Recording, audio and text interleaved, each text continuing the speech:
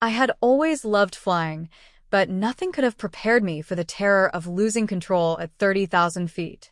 The transatlantic flight should have been routine, a quiet journey to finalize the deal Nathan had promised me would cement his airline's future and ours. Then came the shudder, the alarm, the flash of red on the instrument panel. An engine failed. Panic gripped the cabin. As the plane tilted and passengers screamed, I gripped my armrest and reminded myself, survive first. Everything else could wait. By some miracle, or perhaps the careful hands of the co-pilot and my years of aviation knowledge, we landed safely. My legs were shaking when we finally touched down, but my mind felt awake. Clear. A clarity I hadn't had in years. I realized something I had long ignored. My life with Nathan was unstable, reckless, and dangerous. And that clarity didn't just apply to the flight. It applied to him, to us, to the entire gilded world we shared. I wasn't blind anymore. I wouldn't be. Back at home, I moved through the motions with a sense of purpose I had never known. Nathan had left early for a meeting, or so he said. I went to the home safe, looking for a particular folder, the title deed to the Manhattan penthouse. But it wasn't there. My brow furrowed. Instead, there was a small, polished brass key attached to a plain tag labeled with a private bank's name and a box number. I held it in my palm, the metal cool and heavy, like a warning.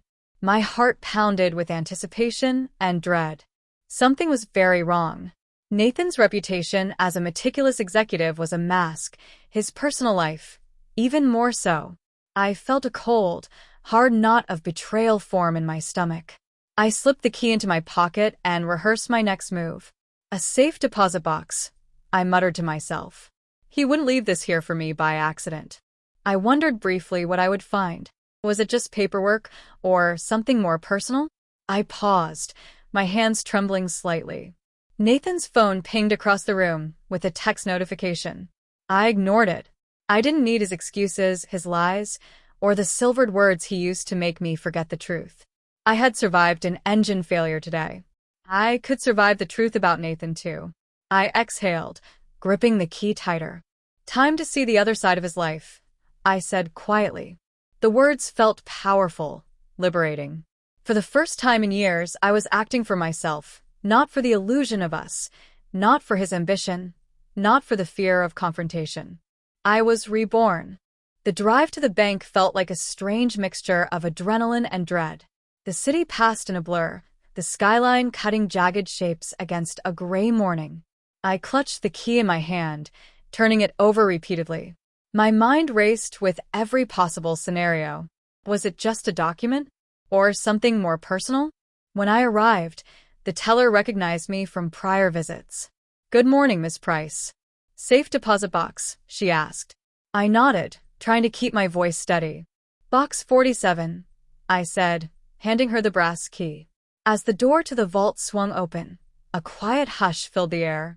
I had always been cautious, meticulous, but this felt different. Something in me had shifted.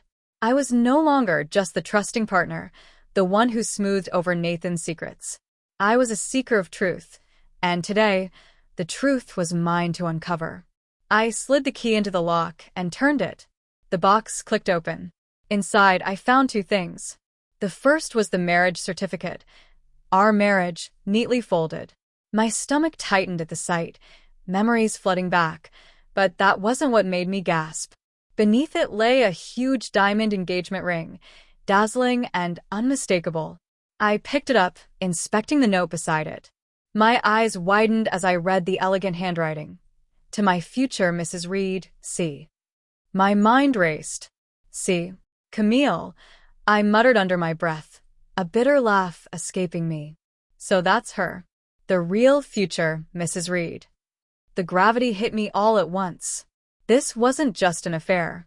This was a plan, a life carefully constructed behind my back, while I believed I was the one holding his heart. A chill ran down my spine as I realized the permanence of it. There were calendars, receipts, even small travel itineraries tucked neatly in the box, all detailing Nathan's life with Camille, perfectly synchronized, perfectly deliberate. I clenched my fists. I survived an engine failure today, I whispered, my voice trembling. I can survive this too. Pulling out my phone, I scrolled through Nathan's calendar. There it was, a private event marked C and N's future, a party, a celebration, a public acknowledgement of his deception. My hand shook, but I held steady. I had proof now. Evidence. Everything I needed to protect myself and my future. For the first time in years, I felt the weight lift off my shoulders. I was no longer at his mercy. No longer the passenger on a runaway flight of his design. I had clarity. I had purpose. I'm done being invisible, I said firmly, tucking the documents and ring back into the box. This ends now. I'm taking control. As I left the bank, the city felt different. Sharper. Clearer. No longer a backdrop to a life I thought I had. It was a stage for the truth I was about to claim. And for the first time in a long time, I smiled. I returned home from the bank with the box locked and secured in my private safe. My hands were still trembling, but the clarity I felt was intoxicating. This was no longer about heartbreak or betrayal. It was about strategy, about reclaiming the ground beneath me, literally and figuratively. I dialed Jonah Vance's number, pacing the length of my apartment. His voice on the line was calm, steady, familiar. "Willow, everything okay?" he asked, sensing the tension. "Not exactly," I said, my voice firm, no room for tears or hesitation. "I need your help. It's Nathan. He's been hiding a second life, a complete financial setup with someone else." Jonah's pause said more than words could. "How serious?" I exhaled sharply. "Bank accounts, assets, a planned merger, all of it. He's about to liquidate things without my knowledge. I found the evidence." There was silence on the line for a moment, then he said, "Send me everything. Photos, receipts, the safe deposit info." I gathered the documents from the box, scanning them carefully, checking for any overlooked details. Every note, every calendar entry, every itinerary, all of it painted a picture of deliberate, long-term deception. By the time I finished compiling the evidence, Jonah was waiting at my apartment. He walked in, tall and deliberate, scanning the materials I laid out. "This is thorough," he said, almost approvingly. "He underestimated you, but we can fix that." "How?" I asked, feeling a mix of relief and anticipation. "We start by freezing his accounts," Jonah said. "The missing title deed, the second ring, the bank box. All of it gives us leverage. The board, the merger, the assets. Nathan doesn't move a muscle without us knowing." I nodded, feeling a surge of empowerment. "And the merger?" "Postponed," he said. "For legal and ethical review. He won't see it coming." As we worked, reviewing every line and signature, I felt a strange calm settle over me. The fear, the betrayal, the chaos, they all became fuel for action. I wasn't powerless anymore. I had allies, I had evidence, and for the first time, I had the upper hand. Jonah looked at me seriously. "You're not just reacting, Willow. You're reclaiming control. That's rare. And it's powerful." I smiled, a little wryly. "I never want to feel that helpless again." He nodded. "Good. Then let's make sure you don't. Step 1, legal freeze. Step 2, public accountability. Step 3, secure your future." For the first time since the engine failure, I felt the adrenaline settle into resolve. This wasn't revenge, it was reclamation. It was about standing on solid ground again, knowing the person beside me was not only trustworthy, but unwavering. And in Jonah's presence, I felt a steadiness I hadn't realized I'd been craving. "This ends on my terms," I said softly. "And nothing, not him, not the merger, not anything, will make me doubt that." Jonah nodded, almost smiling. "Exactly. Let's get to work." The next morning, I met Jonah at the bank early. The coastal sunrise lit the horizon, but I barely noticed, my mind focused on the task at hand. Today was about control, not scenery. Today was about making Nathan's deception powerless. Jonah guided me through the process, calm and methodical.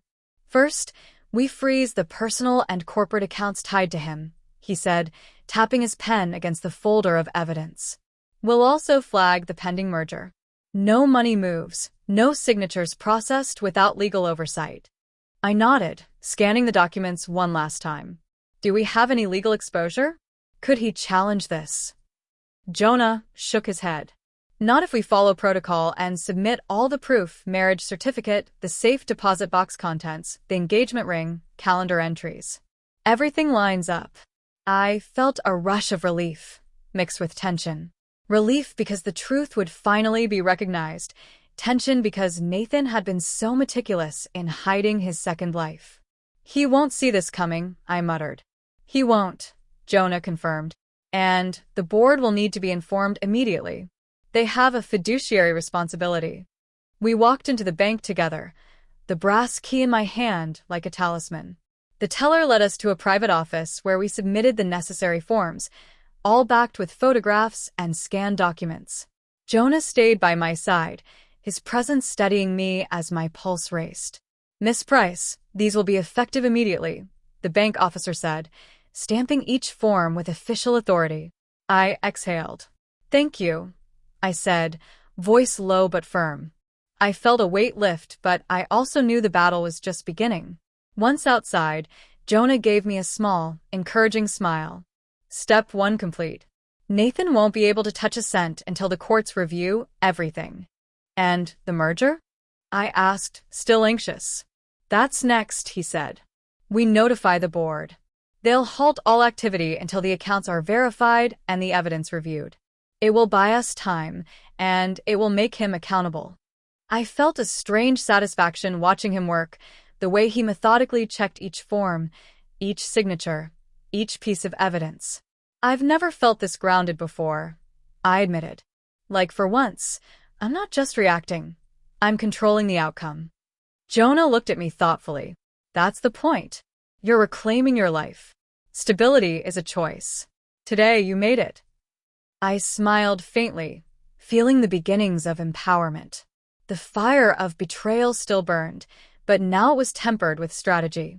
Let's make sure he never forgets it, I said, almost joking, but there was truth in my words. Jonah's grin was quick and approving. Exactly. And once the legal freeze is in place and the merger stalled, we start making sure the board knows everything they need to know. Transparency is our weapon now. For the first time since that terrifying flight, I felt a solid, steady pulse beneath my chest. This was not panic. This was power. This was control. And with Jonah by my side, I knew I could reclaim not just my assets, but my life. The conference room smelled of polished oak and recycled air, but I barely noticed. All I could hear was the steady hum of my own thoughts, sharpened by months of half-truths and betrayals. Today, Nathan would no longer control the narrative. Today, I would. Jonah and I arrived early. He had already prepared the folders, charts, and scanned copies of every document: the marriage certificate, the second engagement ring, the safe deposit box logs, and the calendar entries showing Nathan's duplicity. Once the board sees this, Jonah said, they'll have no choice but to act. Every bit of evidence is airtight. I nodded, gripping the edge of the table. I can't believe he was living a double life while I trusted him completely. You believed what you were supposed to, Jonah said gently. Now you see the truth. That's all that matters. Minutes later, the board members began filtering in, murmuring greetings and shuffling papers. Nathan arrived last, as expected, looking confident, smug even. He offered a charming smile that faltered slightly when he saw me seated at the head of the table, Jonah at my side. Good morning, everyone. I began, my voice steady. Thank you for taking the time to meet on such short notice. I have information to share regarding Mr. Reed's recent conduct, both personally and professionally, that directly impacts the company and its stakeholders. A few raised eyebrows. Nathan's jaw tightened. I placed the folders on the table, tapping one lightly. Inside, you'll find verified evidence of Mr. Reed maintaining a second domestic life, including an engagement and intended marriage to another individual, concurrent with his marriage to me. The attached documents show the financial preparation, including potential liquidation of assets and misuse of corporate funds. A board member leaned forward. And the evidence is? Jonah chimed in, calm and precise. Every item has been verified and timestamped. The safe deposit key, the bank receipts, the calendar entries, and the engagement ring all corroborate the timeline of deceit. Murmurs rippled through the room. Nathan opened his mouth, but I held up a hand. Please let me finish. The next folder, I continued, sliding it across the table, details potential financial risk, showing preparatory measures for a merger that could have been compromised by these personal actions. The documents here demonstrate he had the intention and means to misappropriate corporate assets for personal concealment. A second board member's voice was sharp. This is serious. Are you asserting he intended to mislead the company? Yes, I said firmly. And the evidence supports it. Nathan's face paled slightly. He tried to interject, but the room collectively ignored him, eyes fixed on the documents. I felt a surge of power, the clarity of being heard for the first time, without the cloud of lies hanging over me. When the meeting ended, the board agreed to immediately freeze Nathan's accounts and halt the merger pending a full audit. I exhaled, my shoulders sagging with relief and satisfaction. Jonah gave me a subtle nod of approval. You did it, he said quietly. No, I corrected, smiling faintly. We did it. For the first time, I truly felt in control. The plane crash had given me clarity, but this legal and financial exposure was the rebirth. And for the first time, my future felt grounded, stable, and mine. I didn't expect Nathan to take the boardroom humiliation lying down. Within hours, whispers of retaliation began circling through corporate channels, emails flagged, subtle threats from his allies, even a hint that he might attempt legal action against me personally. I felt a chill, not unlike the one on that transatlantic flight, when everything hung in the balance between survival and disaster. Jonah was already at my side, reviewing every communication. He's trying to intimidate you, he said, his jaw tight. But there's nothing he can touch without exposing himself further. Every move he makes is documented. I leaned against the window, staring out at the city lights, feeling the familiar adrenaline spike in my veins. I trusted him, I whispered. I believed in him. And now, my voice cracked slightly, I see how disposable I was. You're not disposable, Jonah said firmly, stepping closer. You're smart, prepared, and most importantly, you've got the evidence. He doesn't get to rewrite your story. The next day, I walked into the corporate office, ready for what I knew would be Nathan's first attempt at leverage. He was there, dressed sharply, an artificial calm in his expression. Willow, he said, voice smooth, practiced. I think we need to talk privately. I shook my head, folding my arms. No, Nathan. We don't. Everything we need to say is on the table. The board, the auditors, and the law are involved. You're out of your lane. His smile faltered for a split second. This isn't over. You don't know the kind of fire you've just started. I survived a near-catastrophic engine failure, I said, holding his gaze. I can handle your fire too. Only difference? I have a co-pilot now, and he doesn't let me fall. Jonah stepped forward, his presence radiating calm authority. Nathan, any further attempts to manipulate corporate assets or intimidate Willow will be immediately documented and used against you. Consider this your final warning. The room fell silent. Nathan's lips pressed into a thin line, but he made no move. He finally nodded once, stiffly, and left without another word. I exhaled, relief washing over me, but also a strange thrill, the first real sense of control over my own life in years. Later, Jonah and I sat in the small office overlooking the airport runway. I turned to him, my voice quieter now. I don't think I've ever truly thanked you for standing by me. You don't need to, he said, cutting me off gently. We're a team. We always have been. And this is just the beginning. I smiled, feeling something light bloom in my chest, a sense of safety, of partnership, of finally being understood. The adrenaline of survival, The fear of betrayal and the satisfaction of justice had merged into something new. For the first time, I felt grounded, both in the world and in my own skin. The storm of Nathan's deceit had passed, leaving behind clarity, strength, and the start of a bond with Jonah I could trust entirely. My rebirth wasn't just about exposing lies. It was about claiming a life built on honesty and stability. And with Jonah beside me, I knew that life would be unshakable. The days after Nathan's failed intimidation attempt were tense, but productive. I spent every morning reviewing documents, auditing accounts, and coordinating with Jonah to ensure every precaution was taken. The bank freeze was already in place, the board was fully briefed, and Nathan's manipulations had been publicly documented. Yet, I couldn't shake the underlying tension, the sense that he might still try one last desperate move. "Have you heard from him?" I asked Jonah as we sat side by side in my apartment, laptops open and files spread across the table. He shook his head. "Nope. Silence is good. Means he knows any move now would bury him further." He gave me a small smile, one I hadn't seen in months, steady, reassuring, the kind that anchored me. I allowed myself a slow exhale. I keep expecting him to appear in some ridiculous stunt, like sending a legal team or trying to manipulate the press. "You've done everything right," Jonah said, eyes locked on mine. "Nathan's cornered. He knows the board won't back him, and he's completely exposed. You've survived worse, remember?" I nodded, remembering that terrifying engine failure, the feeling of free-falling with no control, and the clarity it had given me. I realized I wasn't free-falling anymore. I was standing firmly on the ground, with someone I trusted. That evening, Jonah suggested we review some personal matters. "We need to get your affairs in order," he said, his voice soft but direct. "Assets, estate, everything that Nathan could have tried to exploit." I looked at him, gratitude warming me from the inside. I never realized how much I'd neglected that side of things. I was too caught up in trusting him. "Exactly," he said gently. "And now you have the chance to build something solid. No lies.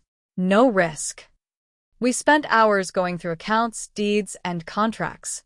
Every time I reached a section that Nathan had tampered with, Jonah patiently explained the implications and ensured corrective action.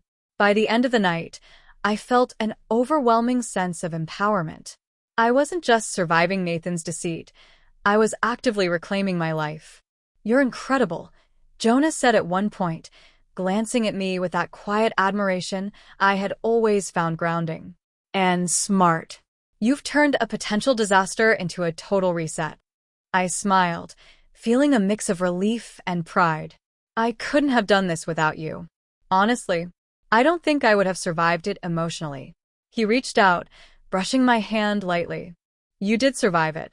And now we can focus on what comes next, together." Something shifted in that moment, subtle but undeniable. I realized my rebirth wasn't just about surviving Nathan. It was about embracing a life built on honesty, stability, and trust. And with Jonah, I wasn't just safe, I was genuinely happy. By the time I went to bed that night, I felt an unshakable certainty.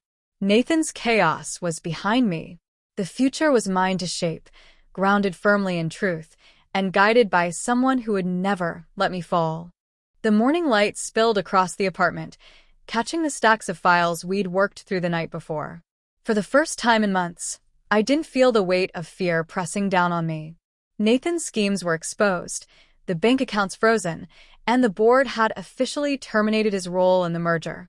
The man who once controlled so much of my life had no power over me anymore. Jonah was already at the kitchen table, reviewing documents with a cup of coffee in hand. He looked up when I entered, offering that steady, calm smile I had come to rely on. "Morning," he said, voice soft but confident. "Morning," I replied, feeling a rare sense of lightness. "Ready to wrap up the final steps?" "Always." He gestured to a folder. "Everything is ready for the legal filings. Once these are submitted, you'll officially be untouchable as far as Nathan's manipulations go." I exhaled, relief flooding through me. "It's incredible. I feel like I can finally breathe." Jonah nodded. You can. And you deserve to. No one should ever make you doubt your own stability or worth. We spent the morning finalizing the paperwork and double-checking every legal detail. Jonah's expertise ensured that nothing could slip through Nathan's fingers. By noon, the last signature was delivered, the legal freeze cemented, and Nathan's shadow over my life was gone. As we stepped outside to celebrate with a small walk along the coastal street near my apartment, the wind carried the salt of the ocean, fresh and real, unlike the stale deceit I'd endured. I looked at Jonah, feeling a warmth that had nothing to do with adrenaline or relief. It was trust, respect, and something deeper. You know, I said, a small laugh escaping me. For a while, I wasn't sure I'd ever get here. Not like this. Not grounded and happy. You're here, he said simply, taking my hand. And you're never going back. Not to fear, not to lies, not to someone like him. I squeezed his hand, feeling the stability I had been missing. It's incredible to feel safe and free at the same time. He tilted his head, his eyes meeting mine. You've earned it. We've earned it. The months of chaos, near disasters, and deception had brought me here, to clarity, to truth, and to someone who respected both. Jonah's loyalty wasn't just protective, it was active, constant, and reassuring. I realized that rebirth wasn't a single moment. It was a series of choices, and I had chosen honesty, stability, and real partnership. Later that evening, we sat on the balcony with the city lights below, the hum of life around us. I rested my head on his shoulder, finally allowing myself to relax fully. I think I'm ready, I whispered.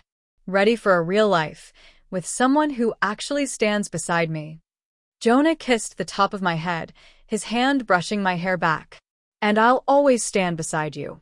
For the first time in years, I believed it. The high-risk, unstable life with Nathan was behind me. Ahead lay truth, stability, and love grounded in honesty. And this time, I wouldn't just survive, I would thrive. I smiled, eyes tracing the horizon. The future was ours, and for the first time, it felt completely safe.